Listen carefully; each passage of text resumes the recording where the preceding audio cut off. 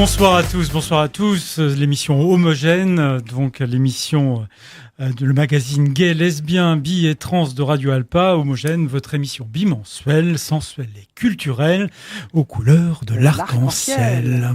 Et vous êtes sur Radio Alpa, donc n'oubliez pas la fréquence 107.3 FM. Alors ce soir, on a un programme très chargé. On a d'abord une invitée, Delphine Filbert.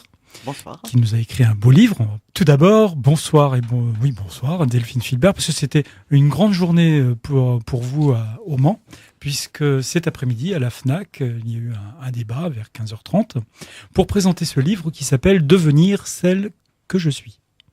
Alors ce livre est sorti aux éditions Max Milo, et il est au rayon LGBT de la FNAC, faut pas hésiter à le dire, parce que c'est eux qui vous invitaient. Et donc cet ouvrage, on voulait le présenter ce soir, et qu'est-ce qu'il y a de plus formidable que d'avoir l'auteur. Et donc cet ouvrage, c'était quelque chose que vous teniez à faire, ou ça vous est arrivé comme ça par demande, ou c'est vraiment un besoin de se libérer? Tout d'abord, bonsoir à tous les auditeurs de Radio Alpa. Ce livre, ça a été un trajet personnel. Je partais d'une méconnaissance complète de la question trans quand je me suis accepté il y a de ça 6 ans. Et j'ai découvert un monde particulier dans lequel régnaient des discriminations, des rejets, et puis surtout une méconnaissance complète de la question trans par la population en général. 99% de la population ne le voit les trans que par des clichés. Donc j'ai eu besoin d'expliquer mon propre cheminement et d'aider par ce propre cheminement qui partait de zéro, le lecteur au travers de ma propre vie, d'amener le lecteur à une acceptation déjà de la personne trans, et ensuite de l'amener à comprendre quels étaient les mécanismes de rejet qui entraînaient tant de discrimination et tant de souffrance des personnes trans, avec des mortalités, des suicides en grande quantité, puisque les derniers chiffres donnent plus de 50% de tentatives de suicide des personnes trans. C'est énorme. Ce qui est quand même phénoménal. Énorme, ouais. Voilà, donc ce livre était surtout un besoin d'expliquer aux gens ce que nous vivions. En quelques mots, on peut connaître votre parcours. Vous disiez que c'est à partir de 46 ans que vous avez un petit peu explosé, quoi. Tout à fait. Alors, le parcours, comme beaucoup de personnes trans, c'est-à-dire que, comme je le dis au début de mon livre, nous sommes tous équivalents et en même temps tous différents dans notre diversité. Mais dès mon jeune âge, adolescence, je sentais que je n'étais pas forcément comme un garçon, comme les autres. Je ne me sentais pas tout à fait dans la norme, mais sans que ça me gêne pas spécialement. Ultérieurement, j'ai eu quand même des idées en me disant je ne suis pas comme mon voisin, c'est pas forcément très grave. Ensuite, je me suis marié, j'ai fait des études, je me suis marié, j'ai élevé ce que j'ai appelé un mur, c'est-à-dire un placard dans lequel je me suis enfermé, une véritable forteresse dans laquelle j'ai enfermé la personne que je suis pendant des années, puisque est arrivé les années 40, quand j'avais 45 ans, en effet, où j'ai commencé à me dire vraiment ça ne va pas. Je ne vivais plus, j'étais plus vraiment en phase avec ma vie de tous les jours. Je sentais que je déconnectais par rapport à cette vie-là. Et puis sur mes 48 ans, donc en 2008 maintenant, j'ai passé une année quand même assez difficile où je cherchais, je voyais ce qui m'arrivait, mais sans vouloir non plus le reconnaître. Jusqu'à le 22 septembre 2008, tout simplement, j'ai croisé sur Internet un forum trans et j'ai découvert que c'est un monde qui était très loin des clichés que la société peut donner. Et j'ai découvert qu'il y avait des professeurs, des agents municipaux, des chefs, des conducteurs de TGV, quoi. Tout un chacun qui se retrouvait comme des personnes trans et qui vivaient leur transidentité. Plus ou moins bien, parce que c'est pas toujours facile. Certaines qui se retrouvaient au chômage, licenciés, et puis donc à vivre. Mais pour moi, ça a été une délivrance ce jour-là, parce que j'ai enfin pu mettre un mot sur qui j'étais. Et ce mot a été vraiment très important. Et à partir de ce jour-là, malgré ce que je prévoyais, ce que je voyais venir, c'est-à-dire toutes les complications familiales dont je vis encore certaines. Dès qu'on décide... qu'est-ce qui se passe, quoi, en gros? Que le regard des autres est différent, certainement. Le regard des autres, il faut essayer de s'en séparer. Mais c'est vrai que pour les personnes proches qui n'imaginaient pas du tout ce qui se passait, C'est un choc. Parce que les personnes autour de moi, un secret que j'avais gardé vraiment au plus profond de moi. Personne autour de moi n'a jamais su ce qui se passait. Ils se sont bien rendus compte, mon ex s'était bien rendu compte que que ça n'allait pas forcément bien tous les jours.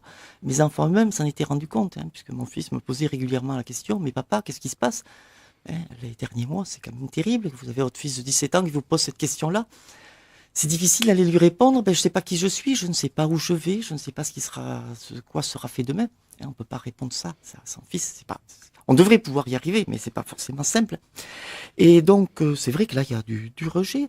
En fait, le regard des autres, une fois que je me suis accepté, il y a un pas, c'est vrai, qui est difficile. C'est la première fois où on sort habillé dans son genre, ce qu'on appelle basiquement du travestissement. Ce premier jour-là de sortie travesti est un moment difficile et un moment aussi tellement plaisant parce on se sent soi. Ce que l'on souhaite être. Ouais. Voilà. Et pourtant, on est conscient du fait qu'on est regardé parce que, forcément, ce premier jour, on n'a pas encore acquis la confiance en soi pour pouvoir affronter ce regard et l'ignorer. Ouais. Et de tout cela, vous êtes maintenant, ça fait presque 8 ans, non? 6 ans. 6 ans. Oui, je calcule mal, 2008. Ouais. Et maintenant, ce qui est incroyable, c'est que vous êtes militante et vraiment, on sent que ça vous tient à cœur, quoi. Oui. C'est quelque chose de très très fort en vous. C'est quelque chose, je vous écoute depuis tout à l'heure, on sent qu'il y a vraiment une assurance. Je trouve ça très très beau. Et c'est dû à quoi? C'est dû à plusieurs facteurs. Comme je disais, le fait d'avoir déjà découvert toutes ces personnes qui souffraient, qui étaient discriminées. Ensuite, j'ai la chance, du fait de ma transition, parce qu'avant j'étais extrêmement timide. On ne m'aurait jamais fait parler à la radio avant ma transition. Mais j'ai eu la chance de découvrir ma véritable personnalité et la capacité de parler en public, de parler à la radio, de pouvoir exprimer les choses. Et puis, j'ai aussi une autre chance, c'est les premiers mois où j'étais sur ce forum, et après, j'ai croisé quelques personnes qui m'ont ouvert les yeux sur vraiment ce qu'est la transidentité, et m'ont apporté des clés de réflexion. Elles m'ont pas apporté une solution toute faite, du tout.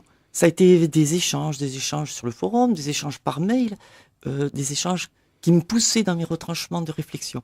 Et puis je suis curieuse, j'aime bien réfléchir. C'est quelque chose qui me titille toujours beaucoup. Et j'ai poussé la question loin, très loin.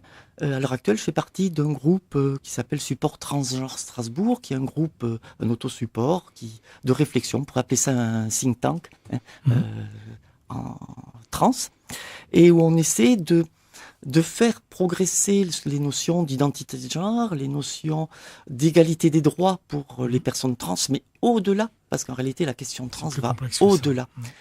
Et donc, mon militantisme lié à cette phase de réflexion a quand même aussi la volonté finalement, puisque j'avais des capacités de parler, je me suis découvert ces capacités d'écriture, d'aider, outre par l'acceptation par la personne tierce qui n'y connaît rien, mais aussi le fait d'être public sous mon nom, de ne pas me cacher, de ne pas me voiler, d'assumer cette situation-là, d'amener des personnes qui sont ce qu'on appelle dans leur placard, qui n'osent pas sortir, qui sont mal, qui se cherchent, de pouvoir éventuellement me voir, éventuellement lire mon livre et se dire on peut y arriver. Comme moi, je l'ai rencontré. Donc finalement, renvoyer un petit peu la monnaie de la pièce de ce que l'on m'avait offert comme possibilité de vivre ma vie. Et, pardon, j'écoutais de façon très... Et, tout à l'heure, j'écoutais, vous parliez justement sur l'appellation trans. Alors, vous n'aimez pas trop transsexuel, vous préférez transgenre, si j'ai cru comprendre. Il y a transidentité aussi. Comment vous rangez ces mots ? Alors donc c'est vrai, il y a certains mots que je déteste.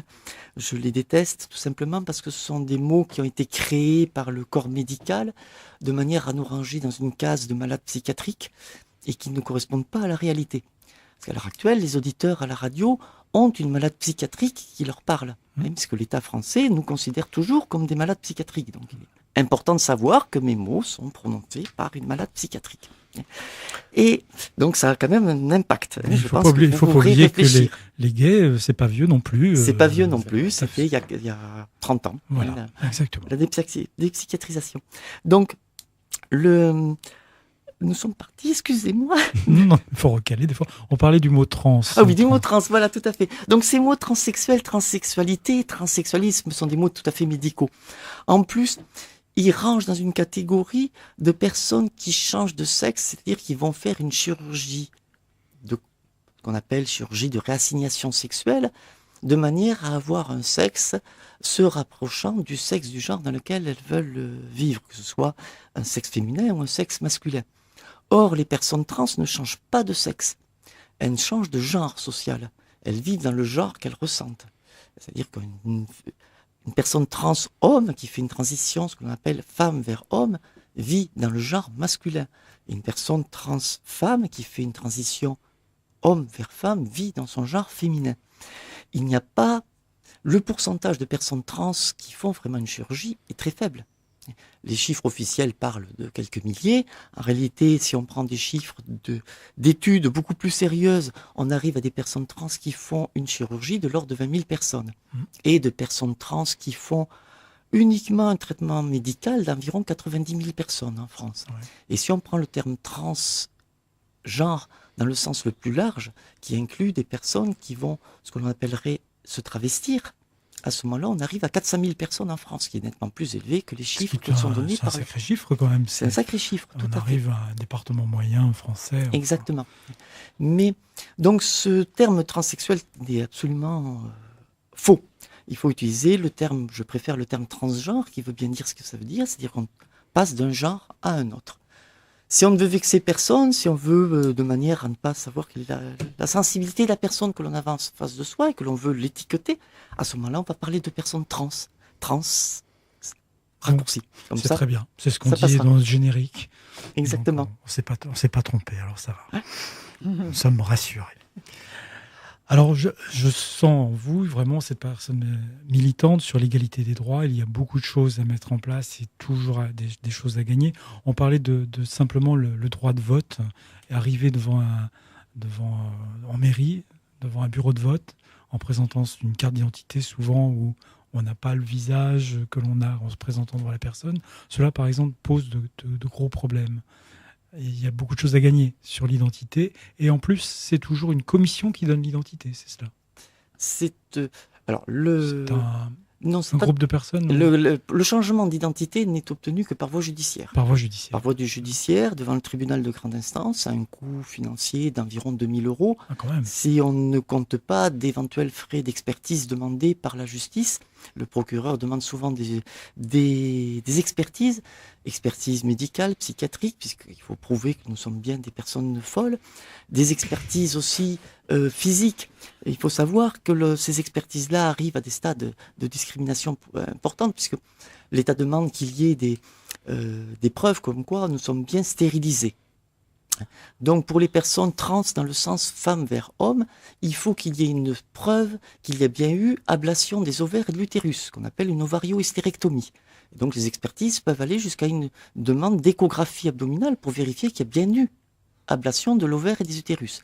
Dans le sens homme vers femme, oui, la stérilisation est plus souvent traduite par une opération de réassignation sexuelle. Dans ces cas-là, les expertises consistent à vérifier la profondeur et la largeur du néovagin créé, parce qu'on sait très bien que c'est la taille du vagin qui fait la femme. Bien sûr. Pour les trans femmes vers hommes, on leur demande de faire des pompes, parce qu'on sait très bien que c'est la capacité de faire des pompes qui fait un homme. Hallucinant. Et ça, toujours en 2014. On croit rêver. C'est quelque chose de réel. C'est toujours en 2014. Et ces expertises ont un coût qui sont à la charge, bien sûr, du demandeur, du plaignant qui attaque l'État pour un changement d'état civil. Donc là, au coût de la personne trans. Alors on disait qu'il y avait des pays très étonnants, comme l'Argentine, qui eux, où les choses sont beaucoup plus simples que ça.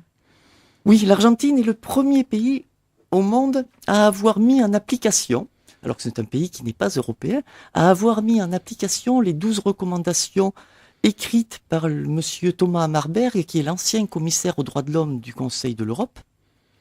Et c'est ce document, il avait deux priorités, ce monsieur Hammarberg, cet ancien commissaire aux droits de l'homme, une priorité de lutte contre les discriminations contre les Roms et de lutte contre les discriminations contre les trans. Les trans, il a donc écrit un document qui s'appelle Droits de l'homme et identité de genre en 2009, publié en 2009, qui reprend 12 recommandations aux États membres du Conseil de l'Europe afin de nous faciliter notre vie, d'éviter les discriminations. Aucun pays en Europe n'applique ces 12 recommandations.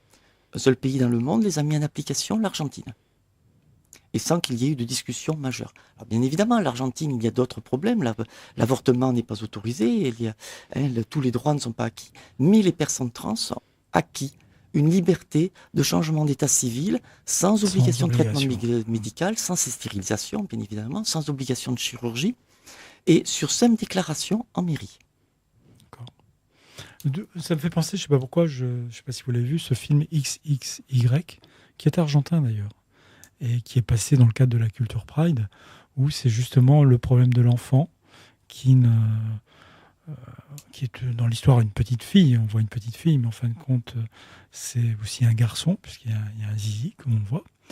Et c'est tout le problème. C'est les parents identifient leur enfant à quelque chose de bien précis, et l'acceptation de dire mais non, on se trompe, c'est autre chose. Oui. Oui. Et moi, je veux revenir au regard des autres, parce que on disait tout à l'heure dans un débat autre qu'à la radio que c'est très dur à vivre, le regard des autres, peut-être aussi les insultes, la difficulté d'affirmer son identité. Il y a une difficulté par rapport au regard des autres. Une personne trans que j'ai rencontrée tout à fait au début de ma transition m'a dit une phrase très importante. Le regard des autres, c'est nous qui le fabriquons. Ça m'avait beaucoup marqué, et c'est tout à fait vrai. Mais il est quand même, dans le cas de la transition, les gens ne sont pas de ce qui est la transidentité, et donc ce que l'on appelle faire une transition, c'est-à-dire s'exprimer dans son genre ressenti. C'est évident que les gens sont tellement marqués par les stéréotypes sociaux que voir une femme avec éventuellement une barbe, on sait bien qu'il y a des femmes à barbe, mais on a vite fait de la cataloguer. Quand on est soi-même dans une phase de transition, on a du mal à supporter ce regard, c'est pas facile. Donc c'est vrai qu'il y a des fois des grosses difficultés, il y a des gens qui peuvent devenir violents, il y a des morts quand même.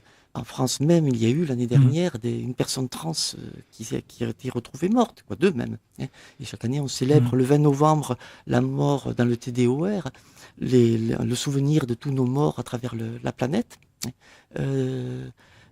Parce que chaque année, des personnes trans sont martyrisées, torturées et tuées. En France, on a moins de cas qu'ailleurs, mais on en a quand même. Et la vie, tout le quotidien, n'est pas toujours simple. Alors personnellement, j'ai du mal à en parler pour moi, parce que j'ai peut-être eu de la chance, de savoir m'assumer et d'expliquer peut-être. D'expliquer, de laisser glisser, de m'assumer dans la rue, ce qui fait que les gens, quand on s'assume dans la rue, il est beaucoup plus difficile d'être agressé. Bien sûr. C'est évident, pour beaucoup de choses. Alors il y aura toujours le con, je suis désolé, c'est peut-être pas un mot à la radio. On peut même dire le gros con, oui. Voilà, qui risque de vous agresser parce que tout simplement vous êtes différent, parce que il a pas, vous l'avez regardé d'un drôle de regard, et voilà. Souvent celui-là d'ailleurs, souvent il est souvent vexé parce que, enfin j'ai une histoire à raconter. Oui. Quand j'étais à l'armée, j'étais aux effectifs, et donc les gens arrivaient, et un jour est arrivée une superbe nana avec un petit chien d'ailleurs, mais vraiment, pour moi c'était une femme. Et les militaires très machos, les engagés, la sifflaient. Ils pensaient que vraiment, s'ils avaient pu excusez-moi l'expression, mais la sauter sur la table, ils l'auraient fait. Et quand il a donné son nom, je me souviens, c'était Félix quelque chose. Alors là, ça a été mais vraiment les visages qui sont tombés. Je me souviens toujours d'avoir dit, jusqu'à présent, vous aviez pas le nom, c'était formidable. Et puis après, c'était quelque chose qu'ils ne pouvaient pas concevoir, quoi. Et ça, j'ai toujours cette image qui m'est restée. Oui. C'est pas facile pour une majorité de personnes de passer au-delà de la représentation. Par contre, j'ai un très bel exemple qui est dans la Sarthe, où j'habitais, dans ma rue, où quelqu'un est devenu une dame à la retraite. Et la rue a été très sympa, puisque les gens gardaient les chats pendant les opérations en Belgique, les modifications, et on a vu cette personne se modifier, et tout s'est très très bien passé. Et c'était à la campagne. Et ça, c'est aussi un très bel exemple. Oui, mais j'ai bien. Mais parce que la personne expliquait il y a une approche, les gens, on trompe des fois dans des endroits où la tolérance existe, c'est tout. Je suis entièrement d'accord. Pris individuellement, beaucoup de gens sont prêts à accepter la différence, sous réserve bien évidemment de savoir expliquer un minimum. On ne va pas forcément rentrer dans tous les détails, Non. mais de pouvoir expliquer notre démarche, ce qui se passe. Les Puis à raisons, ce moment-là, les gens vont bien sûr, au-delà de la question, quel que soit l'âge, la condition sociale. bien sûr. Ils vont aller au-delà. Moi aussi, j'ai une expérience personnelle. Quand j'ai quitté la Gironde après avoir divorcé et puis quitté ma clientèle, je suis parti à Toulouse. Et puis à ce moment-là, je vivais encore dans la vie quotidienne, avant d'être à Toulouse, dans un statut d'homme. Il a fallu que je trouve un appartement sur place. Donc j'ai trouvé un appartement chez des personnes âgées qui avaient 81 ans, 83 ans. Et puis je m'étais bien mis en tête que le jour où je serai à Toulouse, dès le premier jour où je serai à Toulouse, mes vieux vêtements disparaîtraient, sauf vraiment grosse exception, peut-être les premiers mois, mais que globalement, j'allais vivre ma vie. Le deuxième jour, je sors de l'appartement, et puis ils avaient leur appartement, c'est une maison avec 2 étages, ils étaient au rez-de-chaussée. Et ils me voient passer, avec des yeux comme ça. Bien évidemment, je pouvais pas, je partais, j'ai rien dit. Et puis quand je suis revenu, je me suis rhabillé en masculin, je suis allé les voir et je leur en ai parlé. Et puis ils m'ont dit, ça posera pas de problème. Et 3 ans plus tard, quand je les ai quittés, ils regrettaient mon départ. Mais bien sûr. Tout Bien sûr. simplement. Je crois que c'est un petit peu comme les gays ou les autres. Quand on est un petit peu différent, c'est expliquer très vite, présenter les choses, ne pas les cacher. Et comme je dis, quand la messe est dite, généralement, il n'y a jamais de problème. C'est quand les choses sont cachées qu'il y a toujours des petites rumeurs, des petits blabla, des petits trucs dans les coins. Ça, c'est le conseil pour les auditeurs qui veulent vivre un petit peu cachés. Eh bien, je trouve qu'on a fait une très belle interview. C'est vrai que c'est très intéressant, cette vie. Et puis, je trouve de votre part cette façon de militer formidable. Et je crois que ça va aider beaucoup de gens. Alors, je vais rappeler le titre de votre ouvrage. C'est « Devenir celle que je suis ». C'est aux éditions Max Milo. Et donc, on peut le trouver essentiellement au Mans, puisque vous y étiez cet après-midi dans le rayon LGBT de la FNAC. Et oui, il y a un rayon LGBT à la FNAC. Un très beau rayon. Un très beau rayon. Je crois qu'on va faire une pause musicale et puis on vous souhaite plein de choses, plein de bonheur dans cette vie. Merci bien pour cette interview. Et puis si ça peut aider des personnes qui sont je dans leur pense, placard, j'en suis persuadé. Ça fait partie du travail. Merci bien. Merci. Bonnes vacances, Merci, bonnes c'était vacances à tous. Homogène et je fais le générique, le magazine gay et lesbien, bi et trans de Radio Alpa. Homogène, votre émission bimensuelle, sensuelle et culturelle aux couleurs de l'arc-en-ciel.